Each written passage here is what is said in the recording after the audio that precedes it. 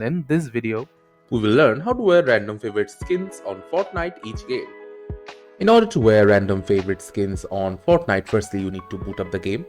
After that, head to the locker from the top left hand side of your screen. From here, under the characters tab, choose the portrait of the character you're currently using. Now after coming in here, you will see all the characters that you currently own. So in order to randomly choose any of your favorite skins, firstly you need to make some of your skins as favorite. So in order to do that, just select a skin, then click on the three dots, then click on favorite item. Now it is a favorite item. You can choose multiple of these skins as favorite.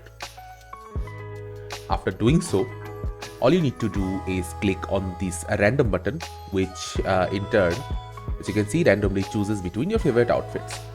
So after choosing that, you can go back to your lobby, and after each game you will see that you are in a new character and you can play with that character as you like.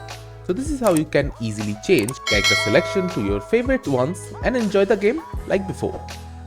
Thank you for watching. Subscribe to our Topical Talks channel for more videos.